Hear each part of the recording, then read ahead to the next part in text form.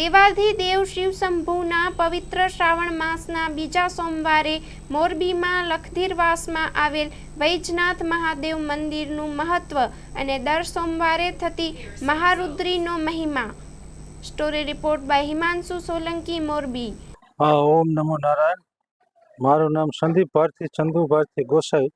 આ મંદિર 2006માં પ્રાણ પ્રતિષ્ઠા થયેલ છે. વૈજનાથ મહાદેવ મંદિર. દર સોમવારે રુદ્રી પૂજા થાય છે અને 13ની થાય શિવરાત્રિએ. મંદિરના ઇતિહાસમાં છે, પહેલાં હનુમાનજીનું મંદિર હતું. એ ખૂબ જ જૂનું છે, 45 વર્ષ જૂનું છે. એ પછી 2006માં વૈજનાથ મહાદેવની પ્રાણ પ્રતિષ્ઠા કરેલ છે.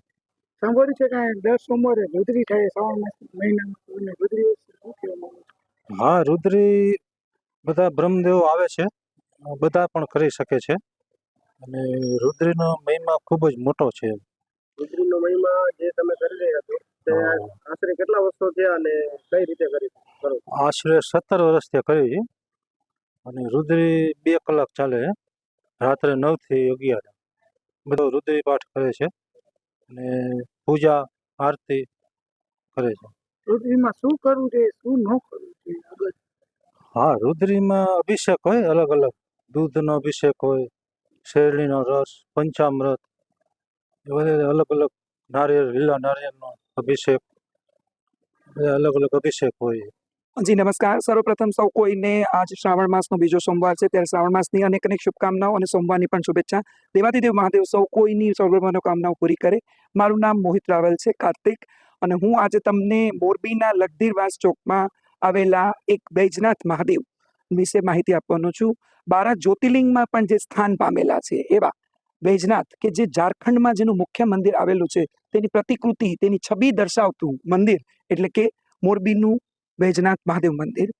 જેમ પૂજારીજીએ જણાવ્યું તેમ અહીંયા સર્વપ્રથમ હનુમાનજી મહારાજનું મંદિર હતું અને ત્યાર પછી 2006માં મંદિરનો જીર્ણોદ્ધાર સાથે પ્રાણ પ્રતિષ્ઠા મહોત્સવ ઉજવાયો અને ત્યારે આ મંદિરનો પ્રાણ પ્રતિષ્ઠા મહોત્સવમાં 2006માં તેની સ્થાપના થઈ હતી.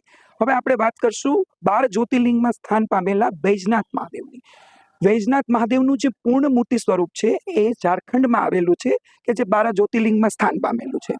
બરાબર. કહેવાય છે કે શ્રાવણ માસમાં જો તમે 12 જ્યોતિર્લિંગની તીર્થયાત્રા જઈ શકો તો સર્વાધિક દેવાધિ મહાદેવ પ્રસન્ન થાય છે. પરંતુ વૈજનાથ મહાદેવમાં મુખ્યત્વે કાવડ યાત્રા લઈને, કાવડિયા જે તમે સાંભળેલું હશે યુપી અને બિહારમાં, કે જે શ્રવણની જેમ કાવડમાં પોતાના માતા પિતાને બેસાડીને લઈ ગયા હતા તીર્થયાત્રા કરવા માટે, તેમ કાવડિયાઓ શ્રાવણ માસમાં પોતાના બંને ખભા ઉપર પાણીથી ભરેલા કલશ, મટકા લઈ લઈને, જળ લઈને, ગંગાજીનું, જમુનાજીનું, અલગ અલગ નદીઓનું જળ લઈને ત્યાંથી પ્રસ્થાન કરે છે. જે જળનો અભિષેક વૈજનાથ મહાદેવને કરવામાં આવે. આમ વૈજનાથ મહાદેવ છે એ ભક્તોના તો છે જ, પરંતુ કાવડીઓના પણ સ્વામી હોવાથી વૈજનાથ, બિરજુનાથ તરીકે પણ ઓળખાય છે. જી, શ્રાવણ માસ વિશે આજની પેઢીને આપણે એ સંદેશ આપવા માંગીએ છીએ કે શ્રાવણ માસ એટલે દેવાધિદેવ મહાદેવ શિવ શંભુ આદિ યોગીની ઉપાસના કરવાનો મહિનો.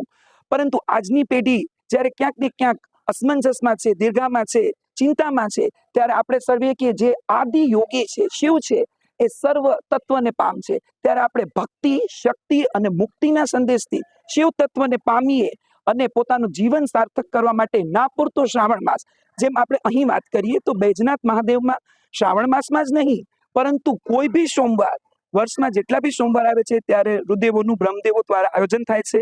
અંદાજે 12 થી 15 ભૂદેવો 2 થી 2.5 કલાકના સમયગાળા દરમિયાન રુદ્રીનું આયોજન કરે છે. અને શ્રાવણ માસના સોમવાર પૂરતું સીમિત નથી, પરંતુ મહાદેવ કે જે સોમનાથ છે, સોમેશ્વર, ચંદ્રના નાથ, તેમની ભક્તિનું આયોજન થાય.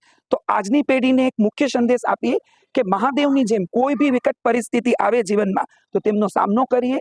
બરાબર. જગતરૂપી ઝેર પીને નીલકંઠ બનીએ, એવો એક શુભ સંદેશ હું આપવા માંગુ છું સૌ કોઈને.